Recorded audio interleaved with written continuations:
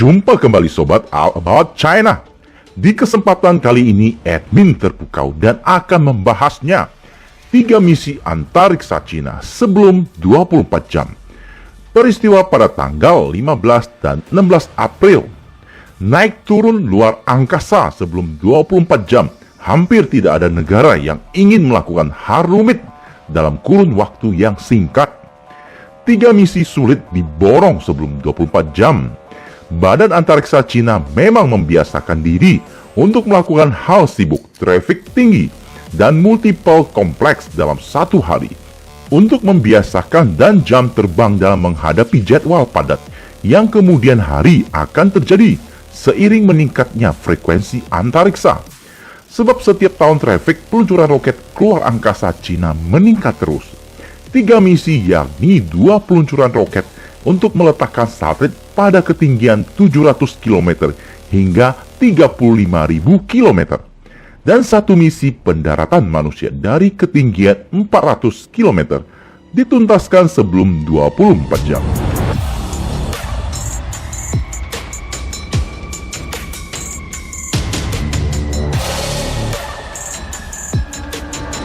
Sebelum jam 8 malam, Cina berhasil meluncurkan satelit seberat 5 ton lebih ke orbit transfer geostasioner, yang kemudian waktu akan mencapai orbit geostasioner alias geosinkron, yakni apogee perigee 35.000 km di atas bumi.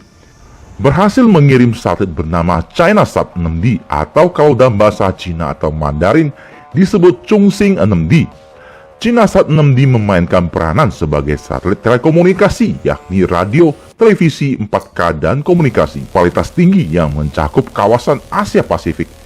ChinaSat 6D untuk menggantikan ChinaSat 6A yang diluncurkan pada tahun 2010. ChinaSat 6A satelit sejenis dengan 6D yang dibangun dari basis platform Dongfanghong 4 atau dalam bahasa Mandarin Dongfanghong 4号, yakni satelit telekomunikasi Cina generasi ketiga. Sebagai informasi, Palapa N1 alias Nusantara 2 yang gagal mencapai orbit pada tahun 2020 dikembangkan dari basis yang sama atau platform Dongfanghong 4. ChinaSat 6A mengalami kebocoran helium pressurized system sehingga memangkas lifespan satelit tersebut semestinya bertahan hingga 15 tahun dan kini sudah mencapai 11 tahun. Oleh sebab itu Cina menyiapkan penggantinya untuk membackup, yakni ChinaSat 6D. ChinaSat 6D membawa muatan hingga 800 kilo yang berisikan 25 C-band transponder dan puluhan transponder K-band dengan kapasitas listrik hingga 10.000 watt dan lifespan hingga 15 tahun.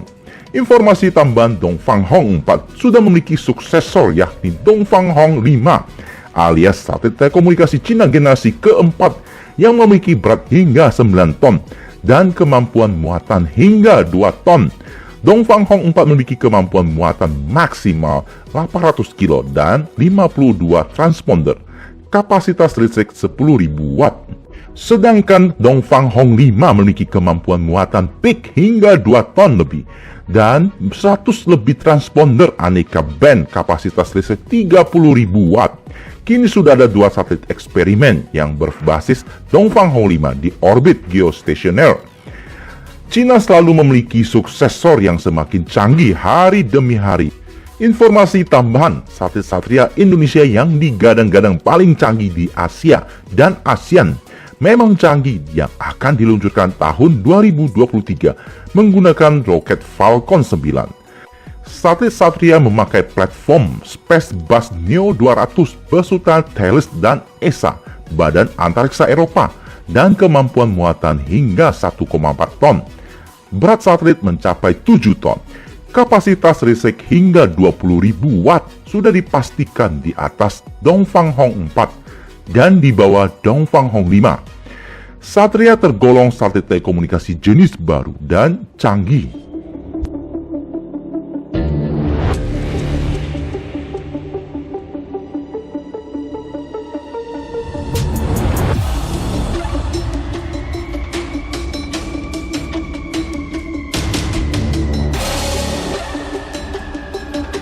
Empat jam setelah peluncuran satelit ChinaSat 6D, pesawat antariksa Shenzhou 13 berpisah alias undocking dengan stasiun antariksa Cina. Taikonaut resmi on the way kembali ke bumi. Mode yang digunakan yakni mode cepat pada misi sebelumnya seperti Shenzhou 12. Setelah berpisah atau undocking dengan stasiun luar angkasa, maka perlu menghabiskan 28 jam untuk mendarat di bumi, puluhan kali mengelilingi bumi. Namun pada Shenzhou 13 lebih cepat. Seberapa cepatkah?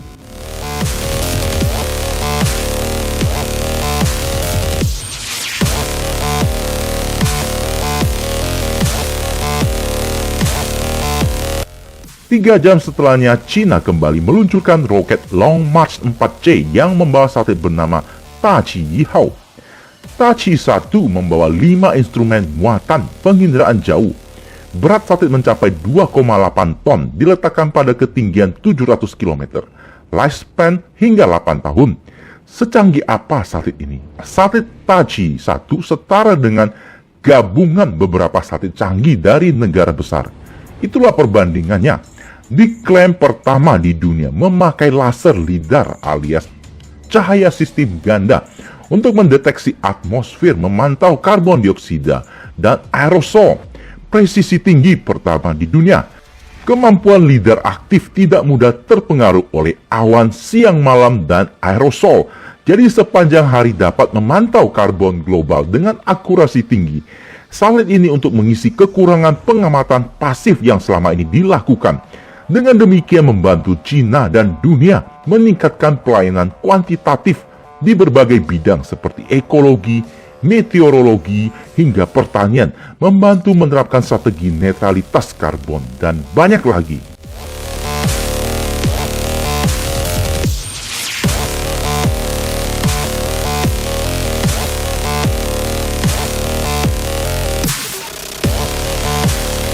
Enam jam setelah peluncuran satelit Tachi 1, Shenzhou 13 diperintahkan untuk mendarat.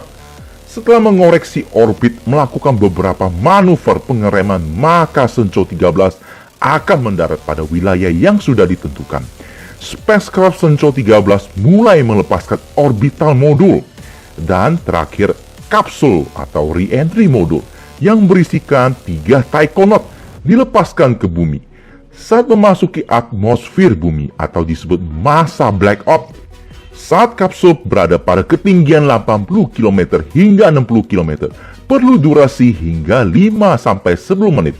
Masa blackout, masa di mana kapsul terbakar hingga mencapai 2000 derajat Celcius yang membentuk gelembung plasma yang memutuskan komunikasi, jatuh dengan kecepatan 8 hingga 10 km per detik. Masa paling krusial, setelah melatih proses re-entry, kapsul mulai memperlambat laju lewat mempertahankan sudut kemiringan kapsul sehingga menghasilkan gaya angkat atau lift yang dapat memperlambat laju. Dari ketinggian 70 km hingga ke 30 km, kapsul harus mampu memperlambat laju dari 8 km per detik menjadi 2 km per detik. Setelah kecepatan semakin melambat, maka pada ketinggian 10 km atau pada kecepatan 900 km per jam atau 200 meter per detik, kapsul membuka parasut pertama untuk membantu pengereman atau memperlambat kecepatan kapsul.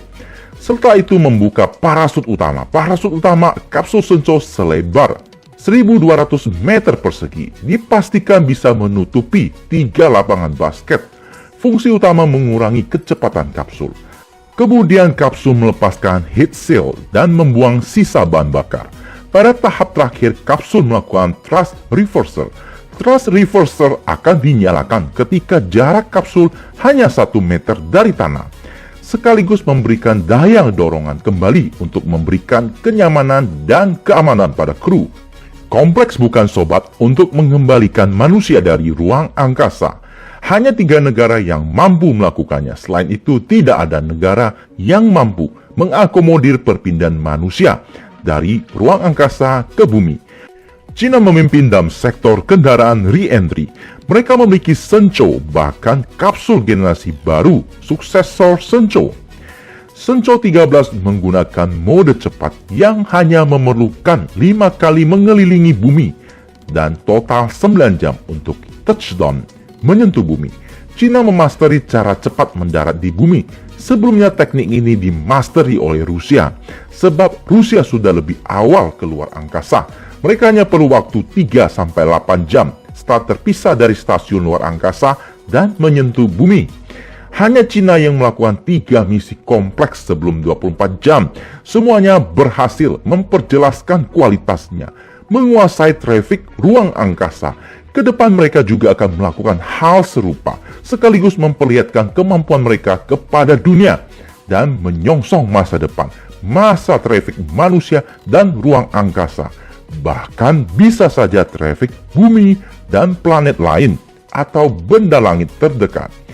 Akhirnya sampai sudah di penghujung topik sobat. Terima kasih banyak sudah meluangkan waktunya meramaikan channel ini. Jumpa di topik selanjutnya. Salam All About China.